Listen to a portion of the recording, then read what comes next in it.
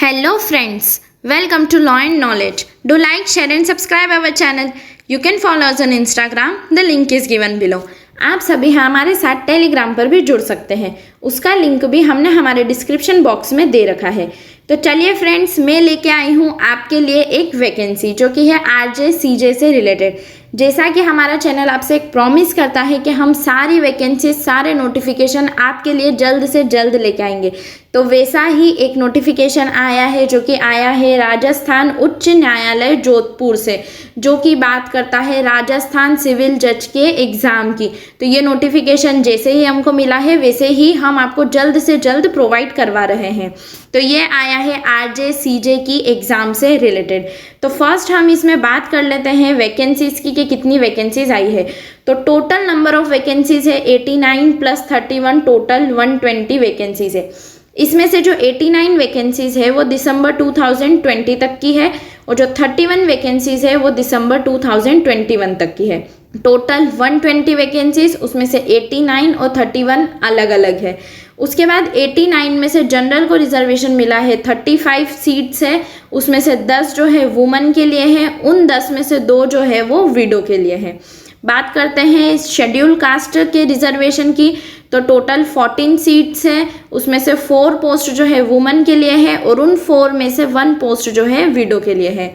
अब एसटी के रिजर्वेशन की बात कर लेते हैं, तो टोटल 10 पोस्ट है, उसमें से 3 पोस्ट जो है वुमेन की है। बात करते हैं ओबीसी की।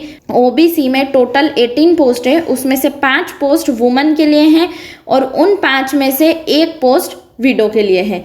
बात करते हैं ईडब्ल्यूएस की, तो टोटल 8 रिजर्वेशंस मिले हैं, और उसमें से 2 पोस्ट जो है वुमेन की है। बात करते हैं एमबीसी की, मीन्स बेंचमार्क डिसेबिलिटी की, तो टोटल 4 रिजर्वेशन सीट्स का रिजर्वेशन मिला है, और 1 जो सीट है उसमें से वुमेन की रिजर्व है।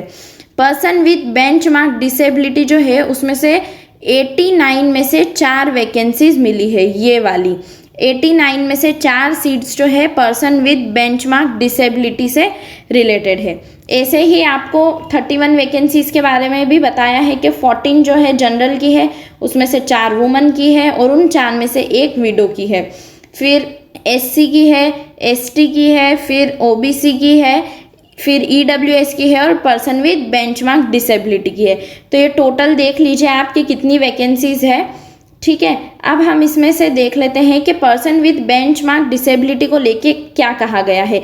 ये अभी एमपी एडीपीओ में भी एक नोटिफिकेशन में पर्सन विद बेंचमार्क डिसेबिलिटी को इंक्लूड किया गया था। तो देखिए, पर्सन विद बेंचमार्क डिसेबिलिटी का लिखा है आउट ऑफ 5 पोस्ट टोटल 5 हो रही है, 4 पिछले साल की और 1 इस साल की है।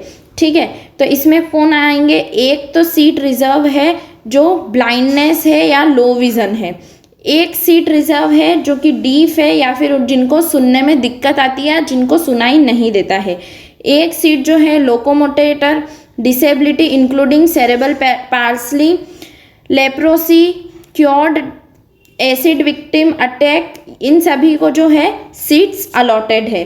देखिए, 5 में से 1 जो है वो जिनको कम दिखाई देता है या जो ब्लाइंड है, एक जो है जिनको कम सुनाई देता है या जो सुन नहीं पाएंगे, एक जो है पर्सन की डिसेबिलिटी जैसे जो शरीर की जो चलने फिरने की दिक्कत होती है उनके लिए रिलेटेड है। बाकी जो 2 है उसमें से autism, intellectual disability, specific learning disability, mental illness, और इन सब के लिए है। ठीक है, तो ये सारी आपने वैकेंसीज से रिलेटेड देख लिया है। अब हम नेक्स्ट देखते हैं कि हमारे लिए इसमें क्या इंपॉर्टेंट है। तो नेक्स्ट हम देखते हैं इसमें कि एकेडमिक क्वालिफिकेशन कितनी इंपॉर्टेंट है। देखिए, एकेडमिक क्वालिफिकेशन की आप बात करें तो मेनली आपको एक डिग्री जो है लॉ की वो होल्ड करनी चाहिए, वो चाहे LLB हो 3 ईयर वाला या BA LLB हो 5 ईयर वाला, कोई सा भी कैंडिडेट इसमें अप्लाई कर सकता है, बट एक डिग्री आपको होल्ड करनी चाहिए। उसके साथ ही एक नई बात लिखी है कि हिंदी रिटन में देवनागरी स्क्रिप्ट और राजस्थानी डेलिकेट्स ये भी आपको आने चाहिए।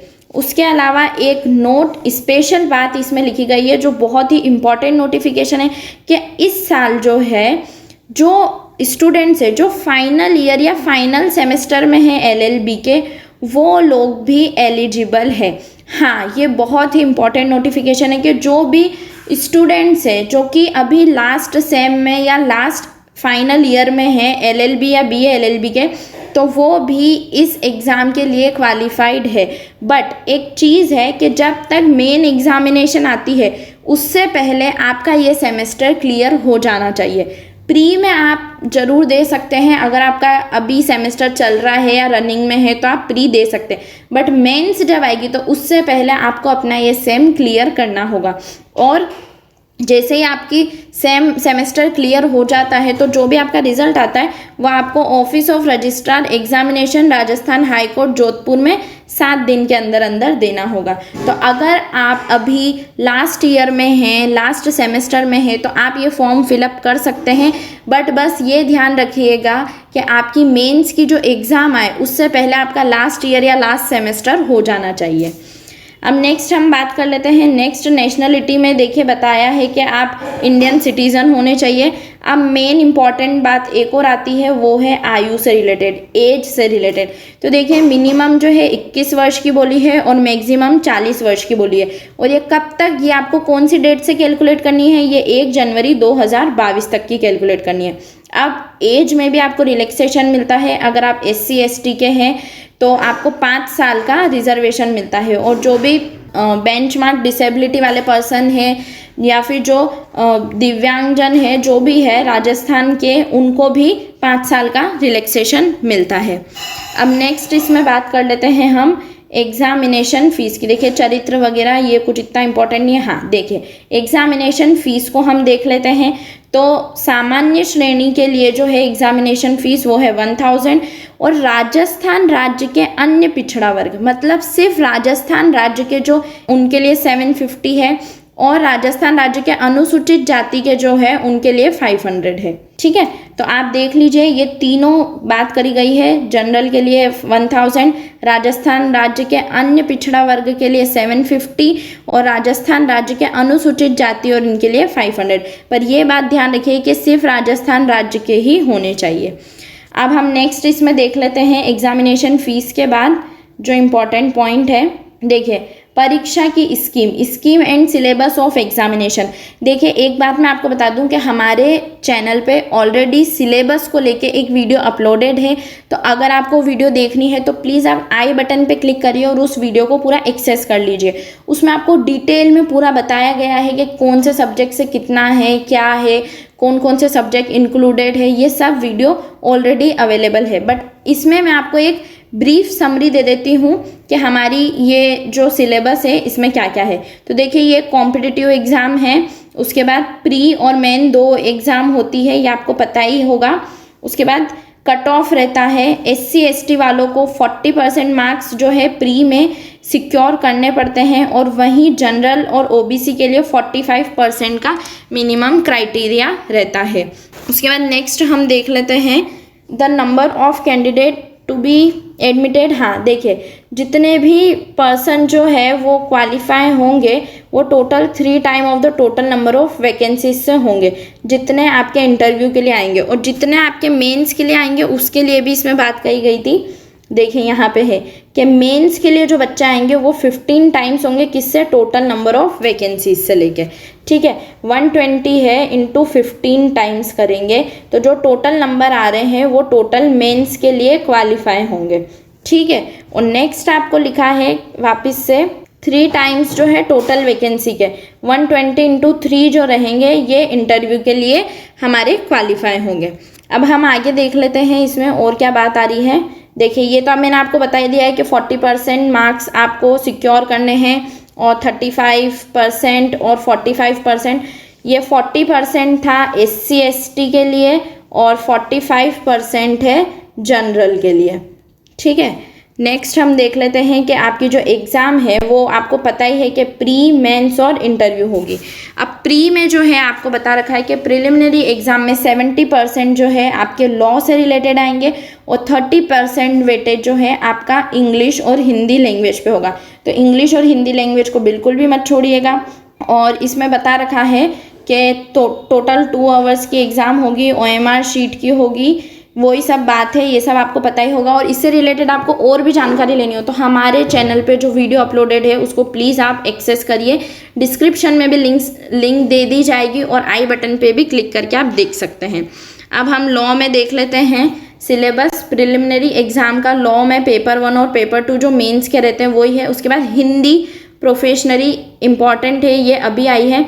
शब्द रचना, संधि एवं संधि विच्छेद, समाज, उपसर्ग, प्रत्यय, उसके अलावा भी बहुत सारी बात इसमें कही गई है। शब्द प्रकार जो है तत्सम, अतर्तत्सम, तद्भव, देशज, विदेशी, संज्ञा, सर्वनाम, विशेषण, क्रिया, अव्यय, क्रिया विशेषण, संबंध सूचक, ये सारी बातें हैं। शब्द ज्ञान भी है, शब्द शुद्धि है, व्याकरणिक कोटियाँ हैं, वाक्य रचना है, वाक्य शुद्धि है, विराम चिन्हों का प्रयोग, मुहावरे, परिभाषिक शब्दावली, ये सब आपके हिंदी के इस बार सिलेबस में है।